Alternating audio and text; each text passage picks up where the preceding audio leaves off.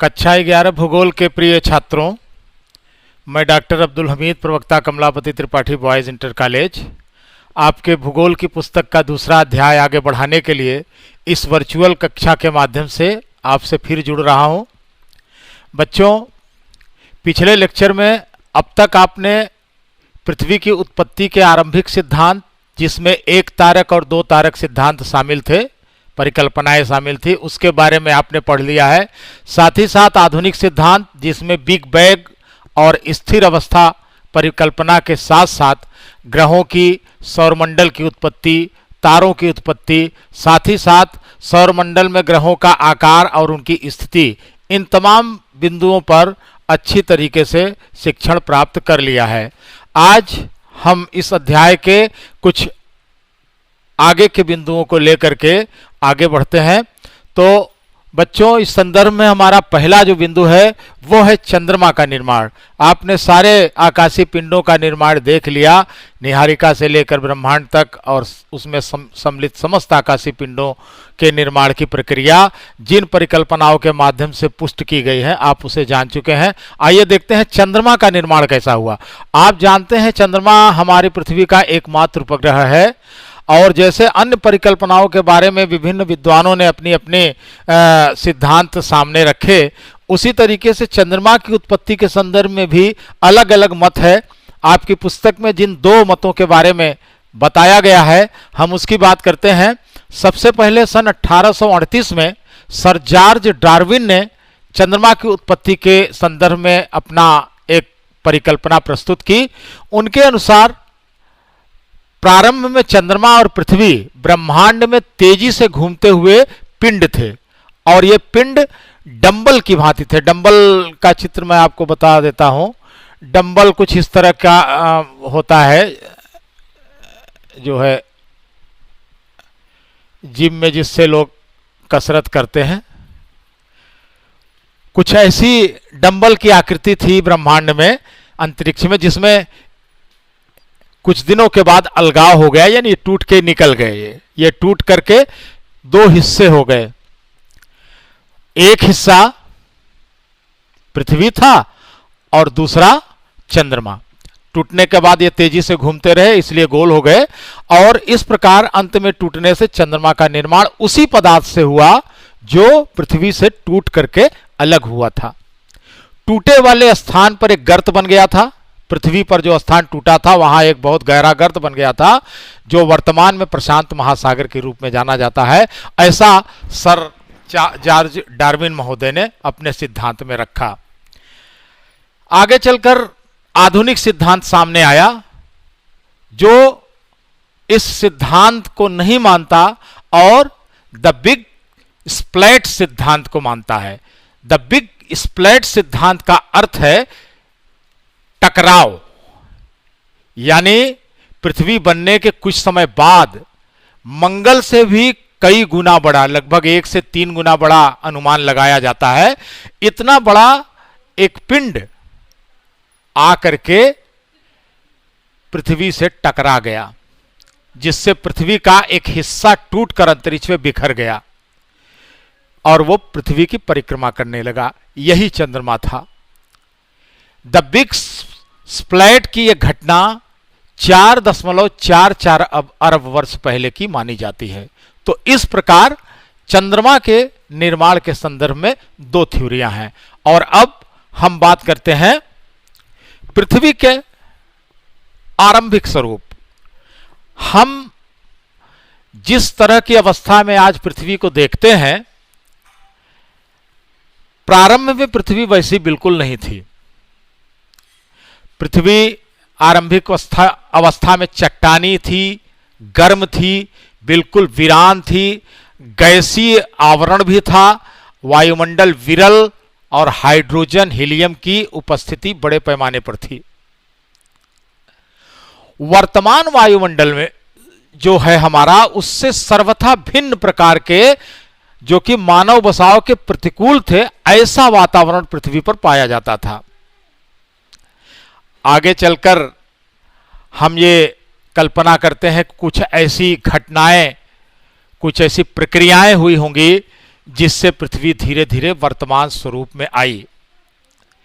विभेदन की प्रक्रिया हुई, यानी हल्के भारी पदार्थ अलग हुए, और इस क्रम में पृथ्वी की जो संरचना थी वो परतदार हो गई।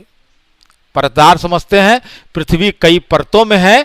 इसका अध्ययन हम इसी या अगले पाठ में हम इसको आप करेंगे, तो आपको उन पृथ्वी की संरचना में जो अलग अलग स्तर हैं उनके विषय में आपको जानकारी होगी। जब हम ऊपर से नीचे की ओर जाते हैं पृथ्वी में, तो पृथ्वी का ये घनत्व तो बढ़ता जाता है। तो इस प्रकार हम देखते हैं कि पृथ्वी का आरंभिक स्वरूप धीरे धीरे बदल करके आधुनिक स्वरूप के रूप में परिवर्तित हुआ।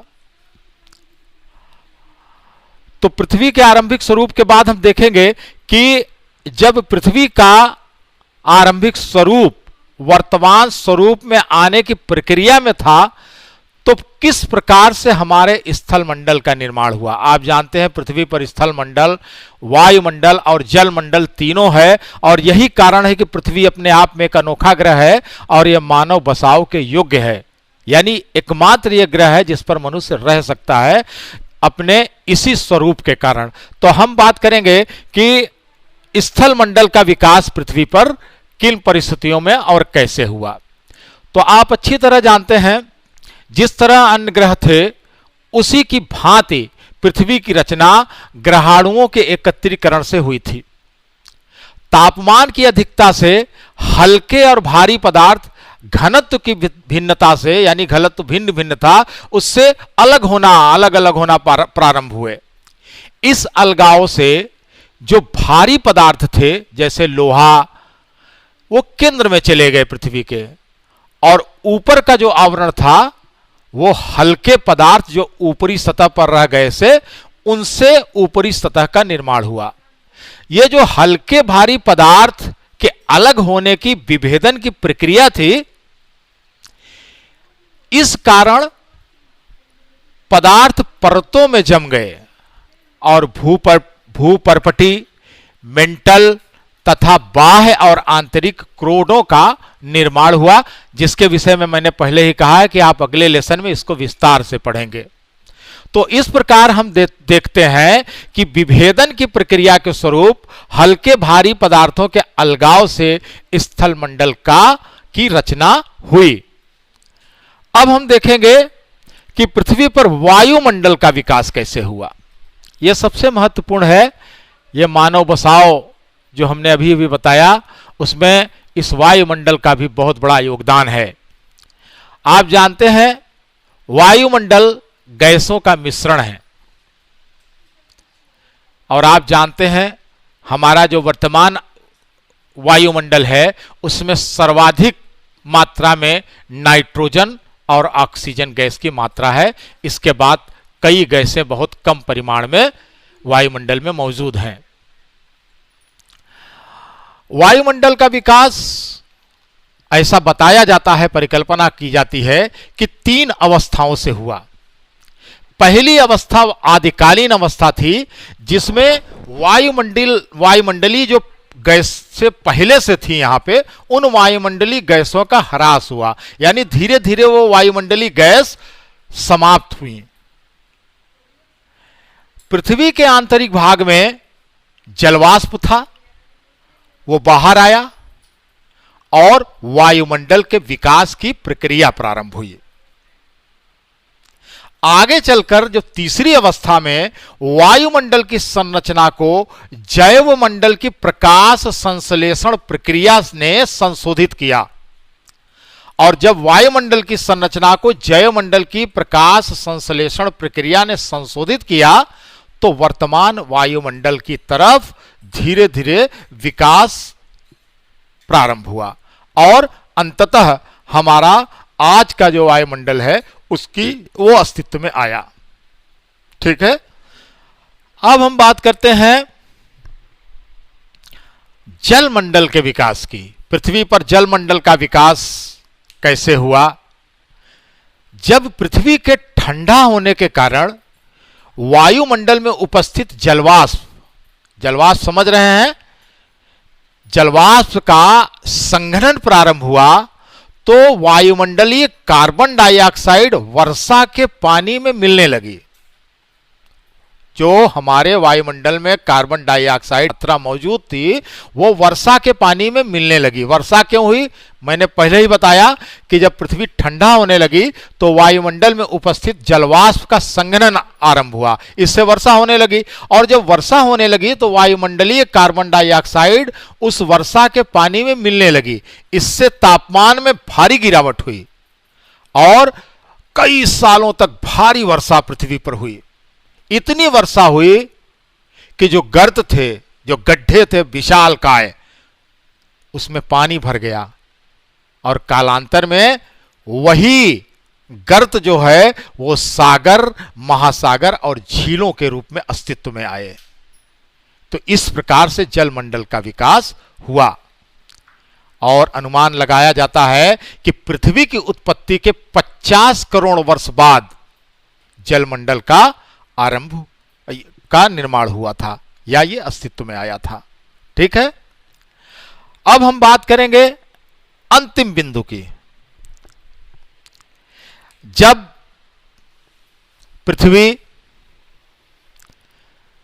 पर स्थलमंडल, वायुमंडल और जलमंडल का विकास हो गया तो ये जीवधारियों के रहने के योग्य हो गई और प्रकृति ने कुछ बदलाव के साथ इस पर जैविक संरचनाओं का आविर्भाव किया। आप जानते हैं जो आरंभिक वायुमंडल पृथ्वी का था वो कहीं से भी जीवन के अनुकूल नहीं था। अंतिम चरण जब आया इसका, तो अंतिम चरण में कुछ ऐसी प्रक्रियाएं आरंभ हुई जिनसे जीवन का लक्षण प्रारंभ हुआ। वैज्ञानिक आज के पृथ्वी पर जीवन की उत्पत्ति को एक प्रकार की रासायनिक प्रक्रिया बताते हैं। इसके अंतर्गत वो बताते हैं कि पहले जटिल जैव अणु बने। पहले जटिल जैव, जैव का मतलब उसमें कहीं न कहीं जीवन के गुण थे। तो पहले जटिल जैव अणु बने, फिर उनका समूहन आरंभ हुआ, यानी वो एक दूसरे से मिलने लगे। यह समूहन ऐसा था जो अपने आप को बार बार दोहराता था, यानी वह पुनः फिर से सक्षम था बनने में, यानी फिर से बार बार बनने में सक्षम था। इसके अलावा एक विशेषता उसकी यह भी थी कि वह निर्जीव पदार्थ को जीवित तत्व में बदलने की क्षमता रखता था। यह बड़ी बात थी। तो इस प्रकार पृथ्वी पर जीवन के चिन्ह विभिन्न कालों की चट्टानों में पाए जाने वाले जीवाश्मों के रूप में मिलते हैं। जीवाश्म किसे कहते हैं? चट्टानों में दबे हुए अति प्राचीन पशुओं, वनस्पतियों, जीवधारियों के अवशेष जो हड्डी के रूप में, बाल के रूप में वहां करोड़ों साल पड़े रहते हैं और जम करके पत्थर नुमा हो जाते हैं।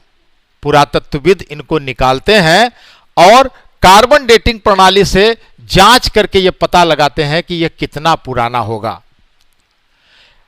तो जो निष्कर्ष निकलता है उसके आधार पर हम यह कह सकते हैं कि जीवन की उत्पत्ति पृथ्वी पर एक कोशीय जीवाणु से आरंभ हुई और पृथ्वी पर जीवन की उत्पत्ति का प्रारंभ लगभग 380 करोड़ वर्ष पहले से माना जाता है। तो बच्चों, पृथ्वी पर जीवन की उत्पत्ति के साथ ही यह अध्याय यहीं पर समाप्त होता है। मुझे विश्वास है कि आपने अध्याय को भली भांति समझ लिया होगा। अब जितने प्रश्न इसमें दिए जा रहे हैं आप उन प्रश्नों को हल करेंगे और अगले लेक्चर वीडियो में हम तीसरे अध्याय का प्रारंभ करेंगे। धन्यवाद।